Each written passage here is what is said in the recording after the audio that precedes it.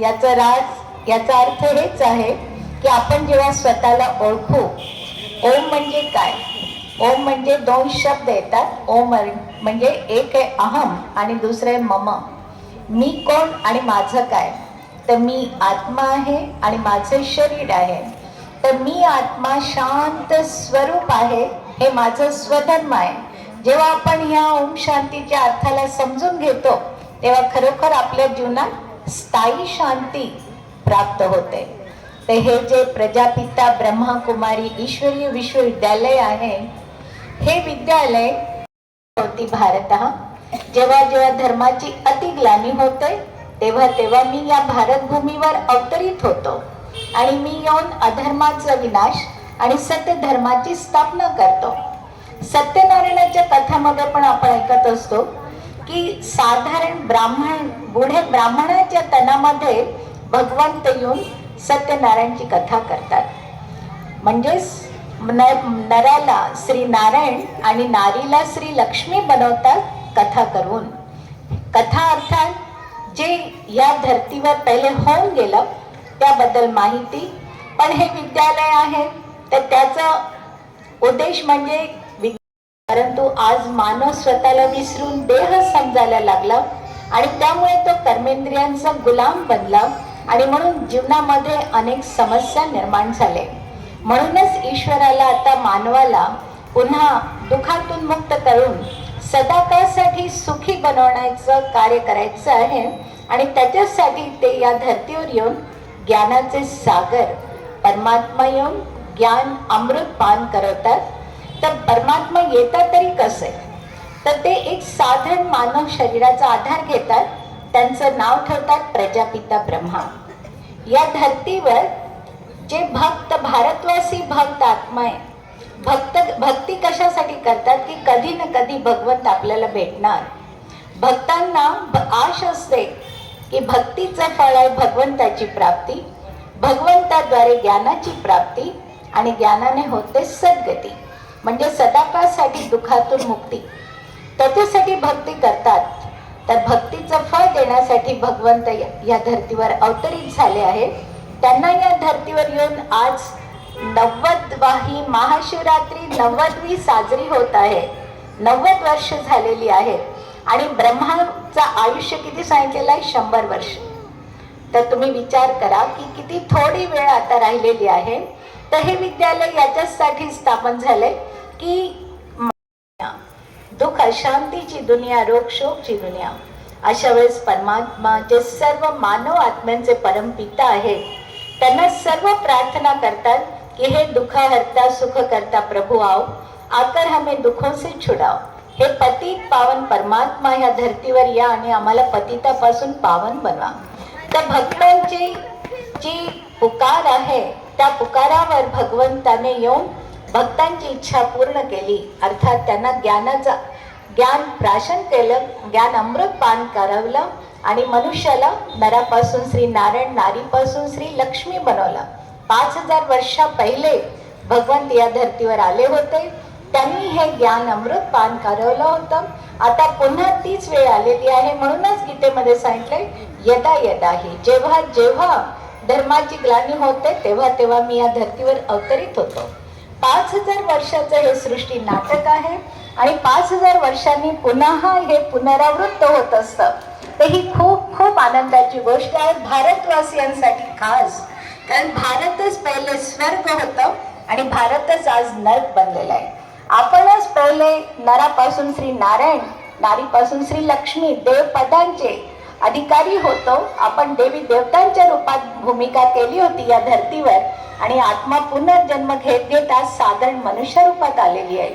आता पुन्हा आपल्याला भविष्यामध्ये देवपद प्राप्त करायचं आहे. त्याच्यासाठी इतकं सुंदर सहज हे ज्ञान परमात्मा सर्व आत्म्यांना देत आहे. यामध्ये आत्म्याची ओळख करून देत आहे, परमात्मा स्वतःची ओळख करून देत आहे, सृष्टी नाटकाची ओळख करून देत आहे आणि कर्माच्या गुह्य गतीचं ज्ञान देत आहे. कारण जसं कर्म तसं फळ, हे संसार कर्मक्षेत्र आहे. म्हणून जसं आपण बीज बोवू तसा झाड उगवेल, तर आपण जसं कर्म करू तसं आपल्याला फळ मिळेल. म्हणून परमात्मा आपल्याला कोणते कर्म करायला पाहिजे आणि कोणते नाही ते मार्गदर्शन देत असतात. विनामूल्य इथे क्लास चालत असतो. प्रजापिता ब्रह्माकुमारी ईश्वरी विश्वविद्यालय आज साऱ्या विश्वामध्ये, भारतामध्ये आज जवळजवळ 15,000 सेवा केंद्र आणि विश्वामध्ये प्रत्येक देशामध्ये हे सेवा केंद्र उघडलेलं आहे. कारण भगवंताचं कार्य आता खूप समाप्तीकडे गेलेलं आहे. त्यामुळे सगळ्या आत्म्यांना संदेश मिळत आहे. संचार माध्यमाद्वारे प्रत्येक ठिकठिकाणी गावागावामध्ये टी व्ही किंवा आज आपण मोबाईल आदी अनेक साधनांद्वारे सगळ्या आत्म्यांना हे संदेश मिळत आहे की परमात्मा या धर्तीवर आलेला आहे, ते भाग्य विधाता आहे, ते भाग्य वाटत आहे. तर परमात्माद्वारे ज्ञान घेऊन आपलं भाग्य आपण उजळवणं हे आपल्या हातात आहे. भगवंत ज्ञानाद्वारे आपल्या जीवनाला सुंदर बनवत आहे आणि भविष्य पद देत आहे. आज हे एक आश्चर्यजनक विद्यालय ह्याच्यासाठी म्हटलंय की आजपर्यंत कोणत्याच विद्यालयामध्ये राजांचं राजा बनण्याचं शिक्षण नाही. श्री लक्ष्मी श्री नारायण पद प्राप्त करू शकतो, महाराजा महाराणी बनू शकतो आणि त्याच्यासाठी हे विद्यालय आहे. म्हणून याला राजयोग म्हटलेलं आहे, राजांचा राजा बनण्याचं योग. आणि हे 21 जन्मासाठी राज्य भाग्य मिळत आहे. म्हणून म्हटलं जातं कन्या वो जो 21 कुल का उद्धार करे. तर परमात्माने विशेष माता कन्यांना या कार्यासाठी निमित्त बनवलेलं आहे. म्हणून ब्रह्मा कुमारी हे नाव विद्यालयाला आहे. प्रजापिता ब्रह्मा यांच्या मुखाद्वारे ईश्वरी ज्ञान आणि राजयोगाच्या शिक्षणाद्वारे परमात्मा आपल्याला मनुष्यापासून देवता बनवत आहे.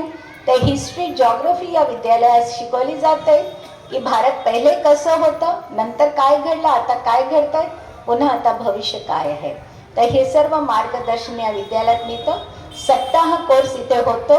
1 तासासाठी आपण जर वेळ काढला तर आपल्या सगळ्या काही माहिती स्पष्ट मिळतात. आणि नित्य प्रति जेव्हा आपण हे ज्ञान 1 तासासाठी येऊन घेऊ तर आपल्याला भगवंतापासून जे मार्गदर्शन मिळतं त्यानुसार जर आपण आचरण केलं तर खरोखर आपलं घर स्वर्ग बनतं, आपलं भविष्य उज्ज्वल बनतं. हार्दिक ईश्वरी निमंत्रण आहे विद्यालयातर्फे. वेळ काढून अवश्य ज्ञानाचा लाभ घ्या, कारण वेळ खूप थोडी आहे. एकाग्रता खूप आवश्यक आहे आणि मनाची एकाग्रता नसेल तर आपण अभ्यासात व्यवस्थित अभ्यास करू शकत नाही. तर त्यामुळे त्याच्यात सुद्धा या राजयोगाची खूप मदत होते आणि वृद्ध सुद्धा याचा अभ्यास करू शकतात.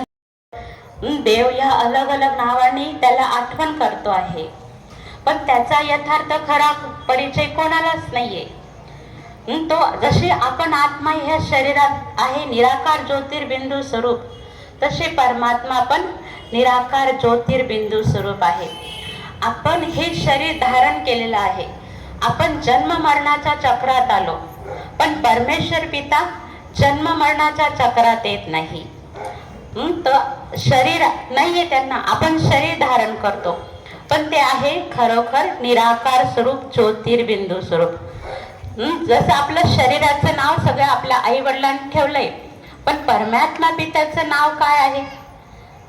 त्याला आपण अलग अलग नावांनी पुकारतो, पण त्याचं खरं नाव आहे शिव. शिव अर्थातच कल्याणकारी. परमात्मा ह्या सृष्टीवर येऊन सर्व मनुष्य आत्म्यांचं कल्याण करत आहे. आज देहधारी किती जणांचं कल्याण करणार? पूर्ण विश्वाचं कल्याण करण्यासाठी परमात्मा या सृष्टीवर आले आहे.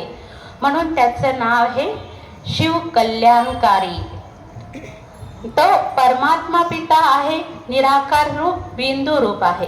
तो ह्या सृष्टीवर येऊन त्यांना शरीर नसल्यामुळे ते आहे ज्योतिर्बिंदू स्वरूप.